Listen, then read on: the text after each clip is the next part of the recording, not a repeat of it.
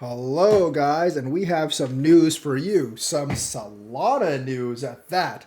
Solana's rhetoric of being the Ethereum killer is picking up steam, and we got another clue at that today because of the meme coin activity. Now, you're saying, meme coins, who cares about them?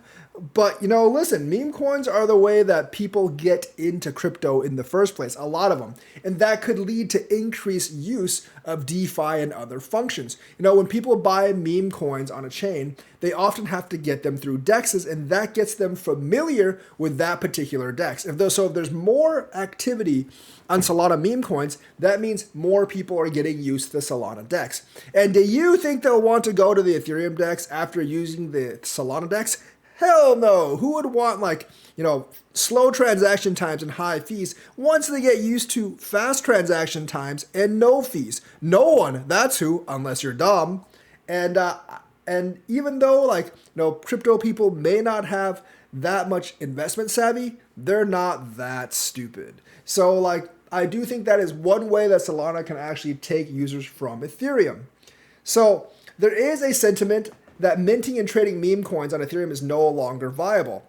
Unless you're on L2, then it might be viable, but on base Ethereum, not viable at all. It costs too much, and some of those NFTs you mint aren't even worth the minting price. I would say the majority of them are not actually worth the minting price, because those aren't simple transactions. Minting and trading NFTs, they require smart contracts, so they're a little bit more costly. The shift in dynamics is evident as the recent success of Solana-based meme coins like Bonk. But it's not just Bonk. You have Myro and many others. And of course, Solana might actually become the big retail chain. Now, there's other chains that can compete like Cardano, like AVAX, Near, and such. I think they're all fine for this stuff. But Solana's got the early lead because it has the early activity. Plus, they do have USDC on the system, which Cardano really needs to get if they actually want to compete. I don't really know if USDM can actually be competition. Of course, people are alluding to Ethereum's high gas fees and slower processing speeds on these remarks. And the thing is, here's the thing. You don't need to be the fastest chain or the cheapest chain. You just need to be fast or cheap enough. What I mean by enough is where people don't care. Some people are saying SEI and others, Solana can only do 50 TPS or 50,000 TPS? SEI can do 200,000 TPS. Guess what? No one cares. Or Solana did introduce a small network fee. They're it's 1/100th of a cent. Well, our fee is 1/1000th of a cent. Guess what? No one cares, because no one's going to complain about 1/100th of a cent to 1/1000th of a cent, because to them it's all the same thing. Even if it's a couple of pennies, people are generally not going to care. People only care about Ethereum fees because they're $20. Then people will actually care.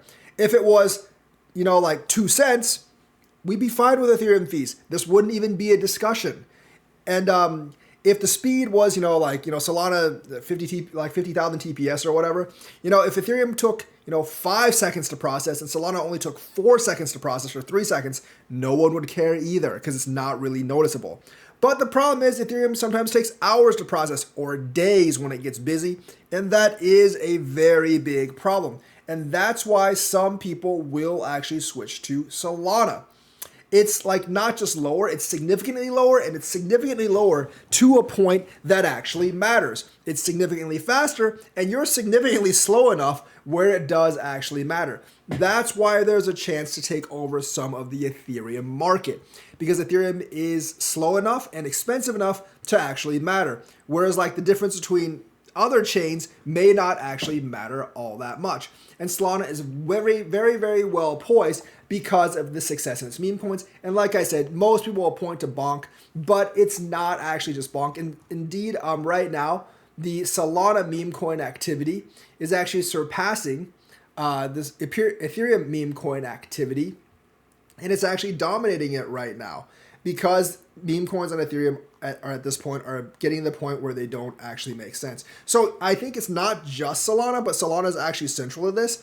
I think other chains are going to exert their dominance over Ethereum in terms of getting new people on board, because they're going to look at Ethereum fees and Ethereum times, and they're going to look at Solana fees or Cardano fees times, and also like costs, and they're going to choose the cheaper chains. So this time, in a world where people are minting and transferring stuff, I think newbies, they're going to look at the fee, especially during peak times, and they're going to be like, yeah, we're going to go over here. And many people have already chosen Solana over Cardano. I mean, not Solana over Ethereum for their meme coins.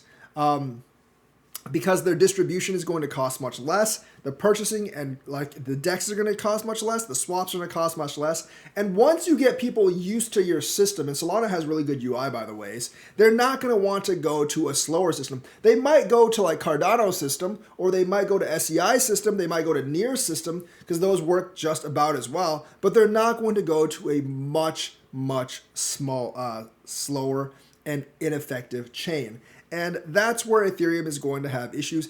And since the meme coin activity on Solana, which is another big factor now in getting people to primarily adopt it, is actually favoring ADA, like Solana might actually find a lot of trouble Ethereum might actually find a lot of trouble in getting these newcomers that are coming on. Now, the old money is going to stay on Ethereum because they're stuck there. And that's why I don't think Ethereum's really under threat.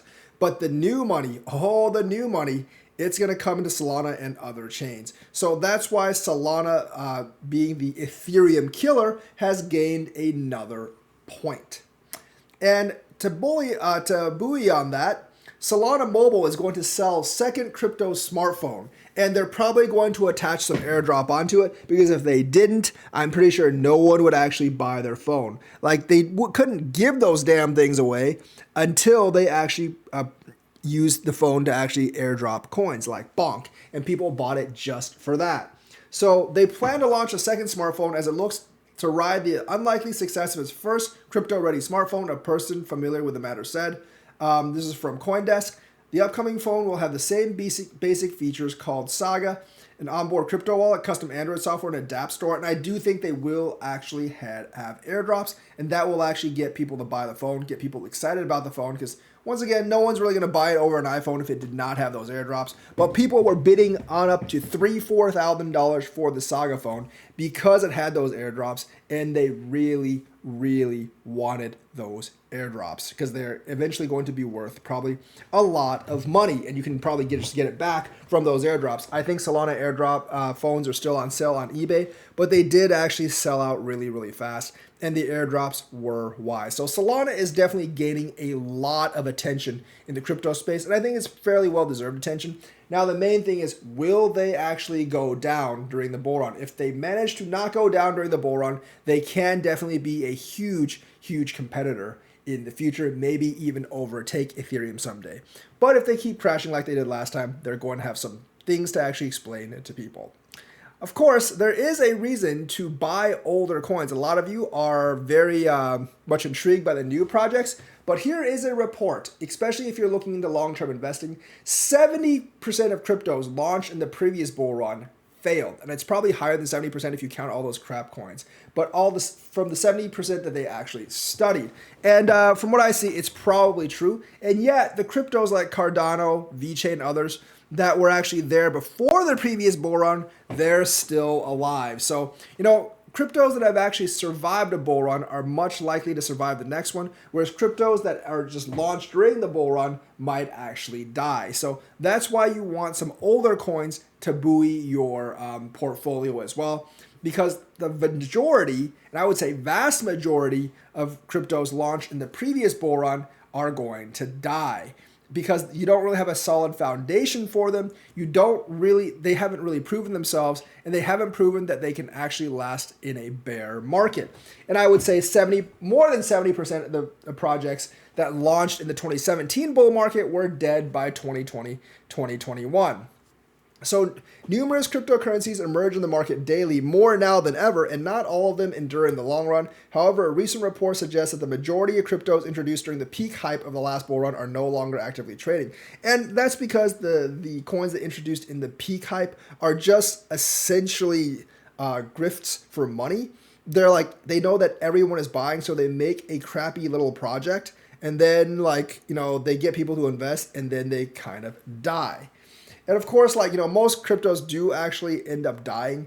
But if you want the highest percentage, the newest coins and especially those that actually go the high that are launched at the peak of the bull market, like 2017, 2023. Those are the ones that die the most at a much higher proportion. Those launched in the bear market actually have to have a plan to survive the bear market, like good fundamentals. Those launched at the peak of the bull market, many of them don't have any fundamentals at all and are just essentially gambling chips. So you got to be careful for cryptos that are just launching right now or launching towards the bull market. You will want some older cryptos to buoy your portfolio because those will probably survive. For some of the new cryptos, if you don't sell out exactly on time, you might be in for a big loss. So that's the news for today. Let me know what you think. Like and subscribe. Hit that bell notifications button. Thank you and have a nice day.